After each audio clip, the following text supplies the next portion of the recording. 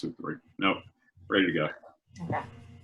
Welcome to In Our Own Defense Podcast. We're your hosts, Attorney A.D. Winters and Dr. Dolores Tarver.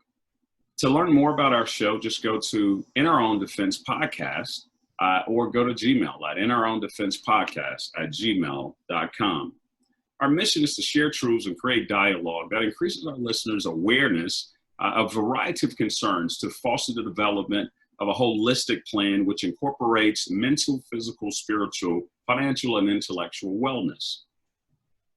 The information provided during the In Our Own Defense podcast does not and is not intended to constitute legal advice and is not a substitute for the knowledge, skill, and judgment of qualified mental health providers or medical providers. Instead, all information, content, and materials available on this site are for general informational purposes only.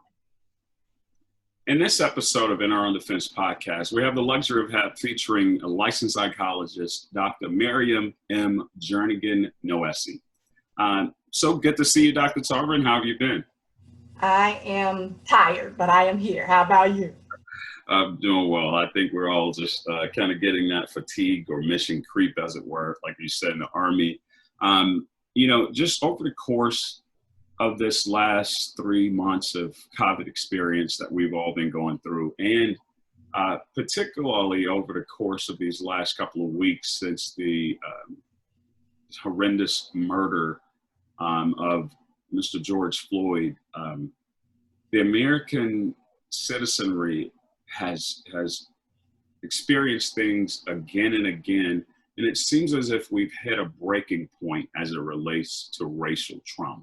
It seems as if the people are now starting to speak their voice and their truths, that they're starting to be able to say, I've had enough is enough.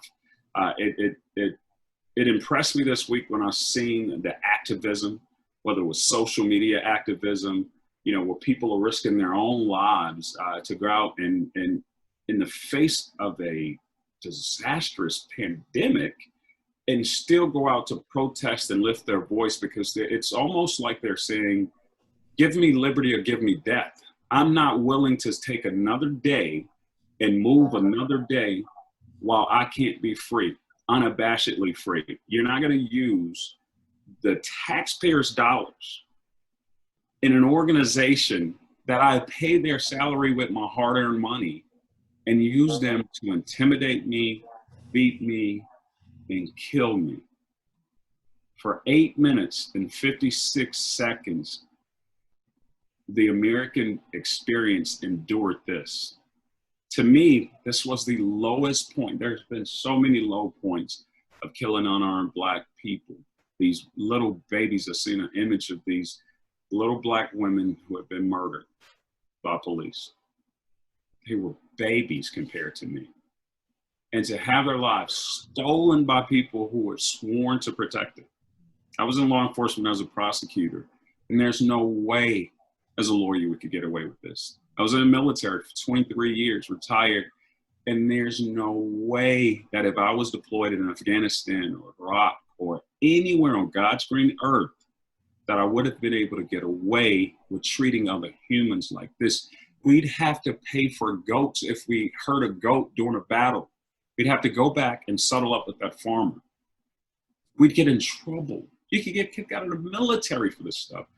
And it took all of these protests that I've watched to be people saying, hey, enough is enough. And I know it was a lot, but it has been an exhausting experience. And I'm so proud of these youth for stepping up to say it. So what has been your take on it with these murders and how we've been affected with this trauma, Dr. Tarver? I was about to ask you if you're going to run for office, but I felt like that might not be appropriate while you were talking about what you were experiencing.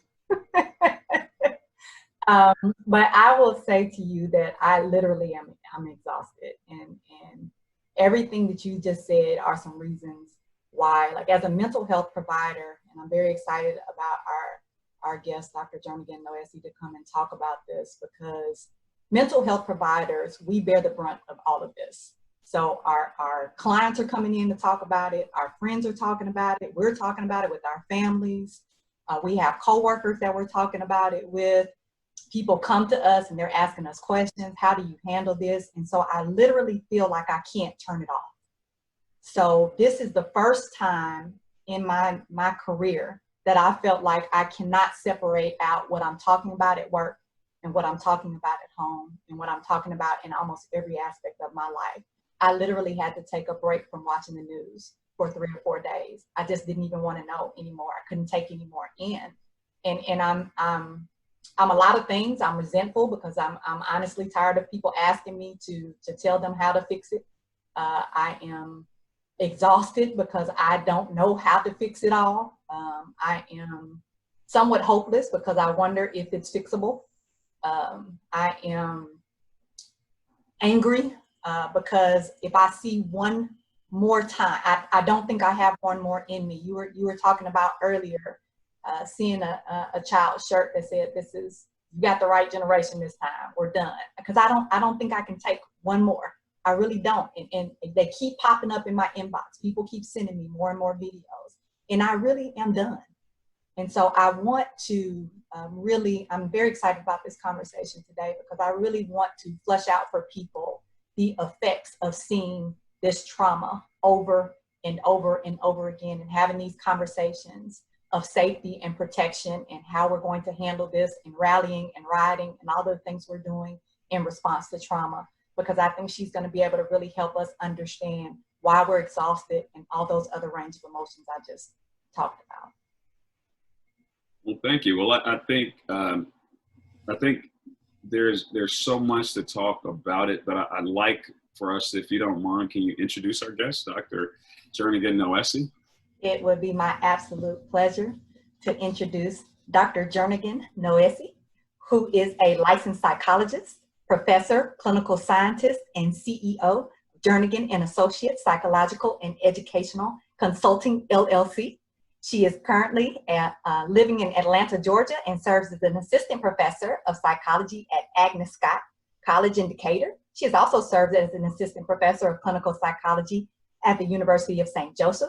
She currently holds an appointment as assistant clinical professor in the Department of Psychiatry at the Yale University School of Medicine.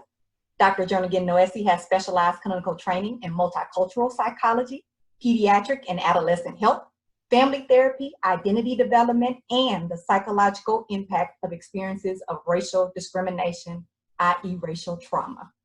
Dr. Jernigan Noesi completed formal clinical internship at the Center for Multicultural Training in Psychology at Boston Medical Center and Boston University School of Medicine. Her postdoctoral experiences included clinical and teaching appointments at Harvard Medical School through the Leadership in Adolescent Health Fellowship at Boston Children's Hospital. She has served as National Research Service Award Fellow at Yale University School of Medicine. Her contributions as a scholar and researcher have earned her several accolades, and she has studied racism, racial discrimination as social determinants of mental and physical health outcomes, and she has served as a consultant to numerous academic, healthcare, and private organizations providing assessment, strategic planning, and technical assistance on issues related to equity and inclusion. So let us both welcome Dr. Jernigan Noesi. Welcome to the show, Doc. Welcome to the show, and thank you so much for coming. Yeah, no, thank you for having me. Good deal. Thank you. We're lucky to have you here. You have some extremely impressive credentials, but more importantly, you're the perfect person to come here and really educate and inform our listeners and our audience. So, Dr. Tarver, you want to start with the first question, because I can't wait to get to mine. Absolutely. Absolutely. So I know that a lot of people are using various terms to describe what people are experiencing, as violent images of Black people, people of color, being killed at the hands of law enforcement, perceived or real threats to their safety in their own experiences by police officers, and how we're just attacking each other about how we should be responding, what we should be doing, talking to each other on social media in a lot of, I think, very critical ways of how we're receiving the information that's on the news and social media. And I know that we use racial trauma, but can we just talk about the different types of trauma as an expert in this area? What are some of the ways that you might describe what people are experiencing right now? I think, as you noted, racial trauma is the terminology that's used most frequently now. But as you know, from a scholarship standpoint, meaning folks in the field of mental health who study and really describe what this experience is, really dates back some decades. And so some of my mentors and elders in the field of psychology really started at what they called race-based traumatic stress, as well as racist incident-based trauma. So for folks who may be looking at information, you may see racial trauma come up under several different names. I would say most commonly the popular media has held on to the idea, and since about 2014, so the last real big wave, right, of violence that was captured on camera and really publicized via social media. So post Trayvon Martin, I saw racial trauma really begin to increase in terms of its use and utility. And it really just describes the psychological as well as the physical health consequences, which come as a result of experiences of significant experiences of racial discrimination. And so I would say for a while, for me, some of what I do, and what I mean by that is my role as a professor and my role as a clinician are really intentional for me, because I often found that as a clinician, which is where I love to do the work, to disseminate, to provide direct service, there was often this gap in folks maybe in the ivory tower researching, which really informed the policy. There's this gap between what they're writing about and thinking and what we were seeing on the ground. And so for me, I try to hold both of those roles to narrow that gap, and in particular, to look at issues that, mostly affect Black and brown folks. And so you could spend years, conceptualizing and researching and thinking about, what is trauma, as well as, what does it mean, for folks to experience or to have these significant experiences across generations and how that affects individuals. And so the argument in the field of mental health for years and that our clinical definition of trauma, which really dates back to like the Civil War, right, and really looking at experiences of veterans, most notably, right, the Vietnam era veterans really brought about the clinical diagnosis of post-traumatic stress disorder. But behind the scenes, folks were really pushing for this idea that there are other experiences that an individual can have, which result in some of those same symptoms. So flashbacks and hypervigilance, increased anxiety, increased experiences of sadness in some cases. And so more recently, we're now at a point in the clinical field where our definitions, related to post-traumatic stress kind of allow for, looking at experiences of discrimination.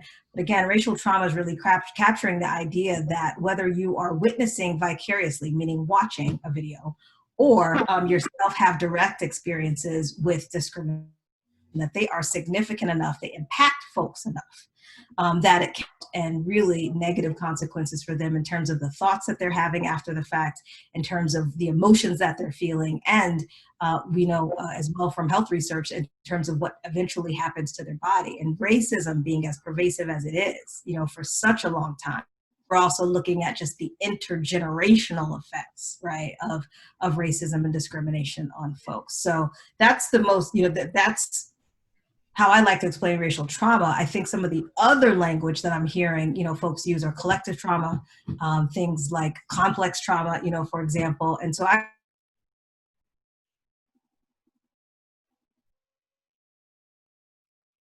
Now we lost.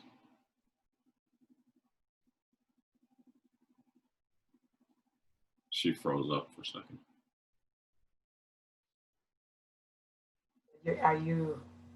You're able to still engage, but we can't hear her. Yeah, we lost her. She froze up. We were on collective trauma. Okay. So I was going to say I was free, so I can go back. I was saying I moved locations. I got a modem in there, but I was shifting to just talk about the different terminology. Yeah. Yes. That I'm hearing. So in addition to racial. So we'll cut that. We'll pause. Cut it at collective trauma, and then we'll pick it up at collective trauma. Okay. So collective trauma really speaks to the experiences that a collective group of individuals may have. That could be, a geographic neighborhood or area. as well as an entire society. The most researched collectively traumatic event